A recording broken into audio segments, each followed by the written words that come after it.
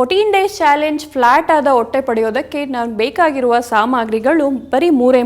ಮೊದಲನೆಯದಾಗಿ ನಿಂಬೆ ರಸ ಆ್ಯಂಡ್ ನೆಕ್ಸ್ಟ್ ಬೇಕಾಗಿರೋದು ಆ್ಯಪಲ್ ಸೈಡರ್ ವೆನಿಗರ್, ಕೊನೆಯದಾಗಿ ಬೇಕಾಗಿರೋದು ಚಕ್ಕೆ ಪೌಡರ್ ಅಂದರೆ ಸಿನಮನ್ ಪೌಡರ್. ಸೊ ಈ ಮೂರು ಇಂಗ್ರೀಡಿಯೆಂಟ್ಸನ್ನು ಬಳಸ್ಕೊಂಡು ನಾವು ಒಂದು ಒಳ್ಳೆಯ ಓಮ್ ರೆಮಿಡಿಯನ್ನು ಮಾಡ್ಕೋಬೋದು. ಇದರಲ್ಲಿ ನಾವು ಬಳಸ್ತಾ ಇರುವಂಥ ಮೊದಲನೆಯದಾಗಿ ನಿಂಬೆ ರಸ. ನಿಂಬೆ ರಸದಲ್ಲಿ ವಿಟಮಿನ್ ಸಿ ಹೆಚ್ಚಾಗಿ ಇರೋದ್ರಿಂದ ನಿಂಬೆ ಒಂದು ತುಂಬಾ ಒಂದು ಒಳ್ಳೆಯ ರೋಲನ್ನು ಪ್ಲೇ ಮಾಡುತ್ತೆ. ಅದನ್ನು ನಾವು ಕುಡಿಯೋದ್ರಿಂದನೂ ಒಳ್ಳೆಯದೇ ಅಥವಾ ಹಚ್ಚೋದ್ರಿಂದ ಫೇಸ್ ಮೇಲೆ ಹಚ್ಚೋದ್ರಿಂದನೂ ಕೂಡ ತುಂಬಾ ಒಳ್ಳೆಯದು ಅಂತಲೇ ಹೇಳ್ಬೋದು.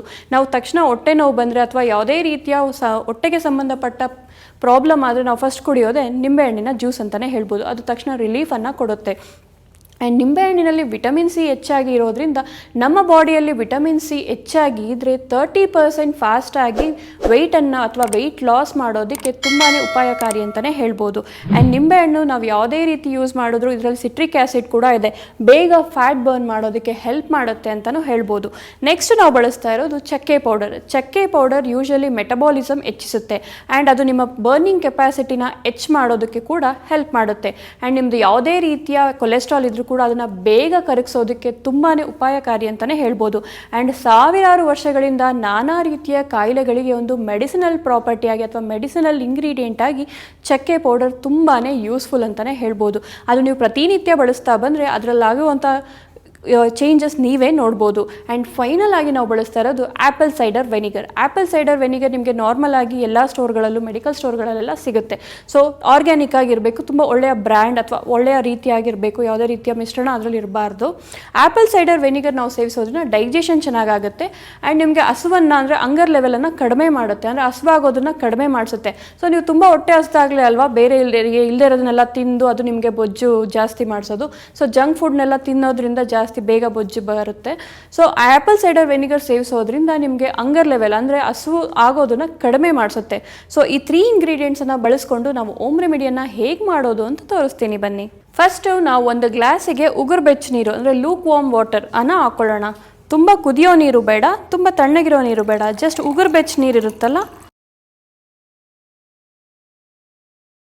ಈ ಒಂದು ಗ್ಲಾಸ್ ಬಿಸಿ ನೀರಿಗೆ ನಾವು ಒಂದು ಕಂಪ್ಲೀಟ್ ಲೆಮನ್, ಅರ್ಧ ಅಲ್ಲ ಫುಲ್ ಒಂದು ನಿಂಬೆಹಣ್ಣನ್ನು ಸೇರಿಸ್ಕೊಳ್ಳೋಣ.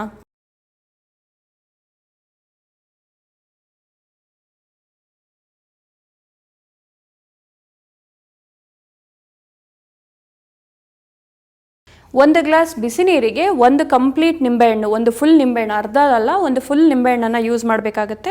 ಸೊ ಅದರಲ್ಲಿ ಒಂದು ನಿಂಬೆಹಣ್ಣಲ್ಲಿ ಎಷ್ಟು ನಿಮಗೆ ಜ್ಯೂಸ್ ಸಿಗುತ್ತೋ ಅಷ್ಟನ್ನು ನೀವು ಇದಕ್ಕೆ ಸೇರಿಸಿ. ನೆಕ್ಸ್ಟು ನಾವು ಅರ್ಧ ಸ್ಪೂನಷ್ಟು ಚಕ್ಕೆ ಪೌಡರನ್ನು ಹಾಕ್ಕೊಳ್ಳೋಣ.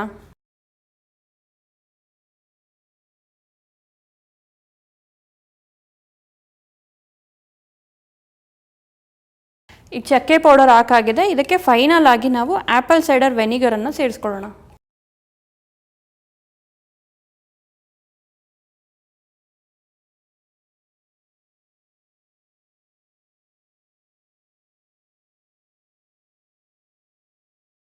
ಸೊ ಇವಾಗ ನಾವು ಬಿಸಿ ನೀರಿಗೆ ಆ್ಯಪಲ್ ಸೈಡರ್ ವೆನಿಗರು, ನಿಂಬೆ ರಸ ಮತ್ತು ಚಕ್ಕೆ ಪೌಡರ್ ಹಾಕಿದ್ದೀವಿ.